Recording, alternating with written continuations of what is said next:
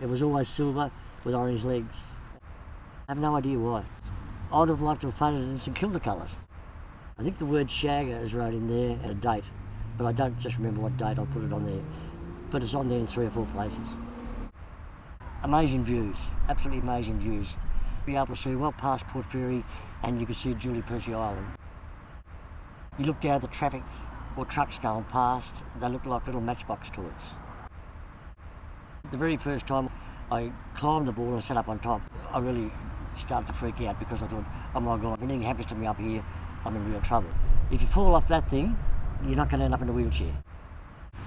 One day I did almost fall, and to put it in applied terms, I shit myself. I just, not literally, but it scared the living crap out of me. And it was my own fault. I just become too complacent.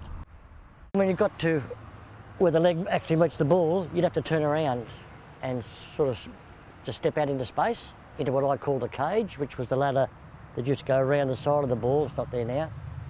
And you climb out through the cage, turn around again, step back onto the side of the ball, climb up another ladder, and that got you to the top.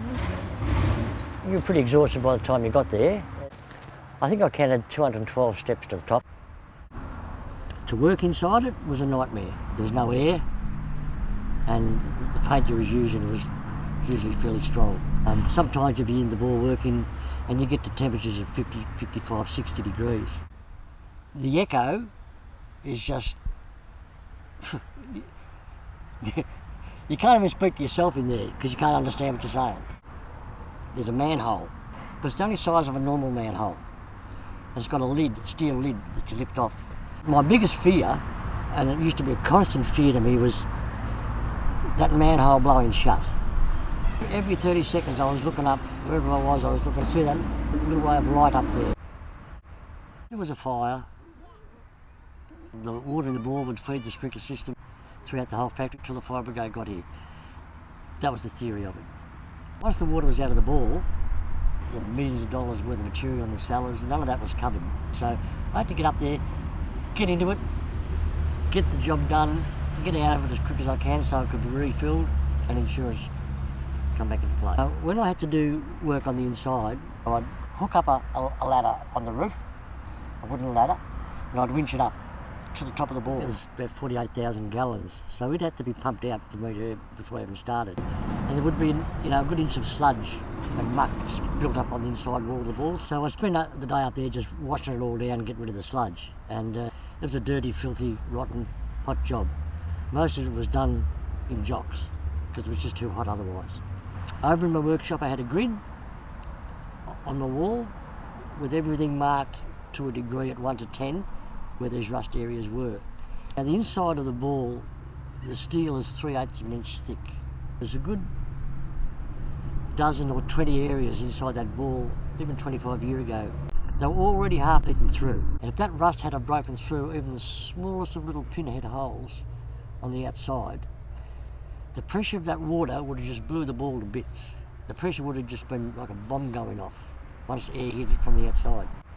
I also had about a dozen electrified anodes, and these things used to hang inside the ball at different levels on cables. Any bacteria in the water that was going to create rust, the whole idea was it would attack these anodes first. And look, it probably worked reasonably well. Everybody thinks that silver ball sits on top of the 3 legs. In fact, it doesn't.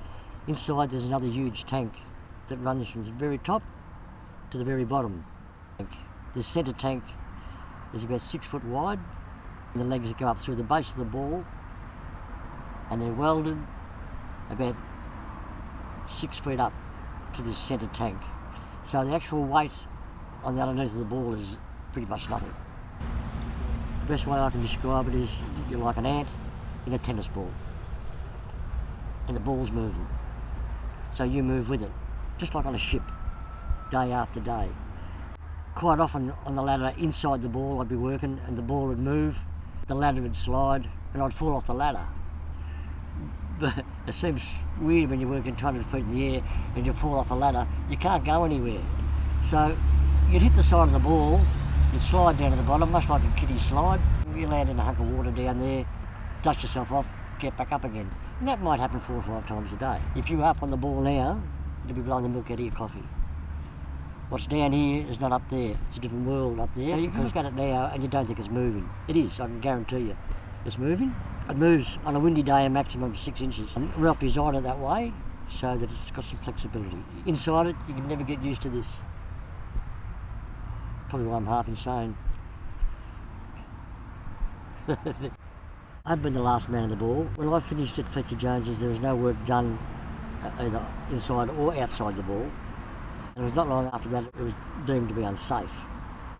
And it was only a few years after that that they decided to take the ladder off the leg that you climbed up. I'm very sad when I see it now. It's a magnificent structure that's been left just to rot and rot and rot. Unless somebody starts to look after it again, it's just going to get worse. It's not just a fix it, forget it. It's got to be an ongoing thing. This little baby, I want to see it stay. But I also worry about it coming down, and if it does, the damage it'll do. I'd love to just go back in there again, just for half a day. Look at my name up on the wall, and the date, but look at the areas that I know were of real concern back 25 years ago.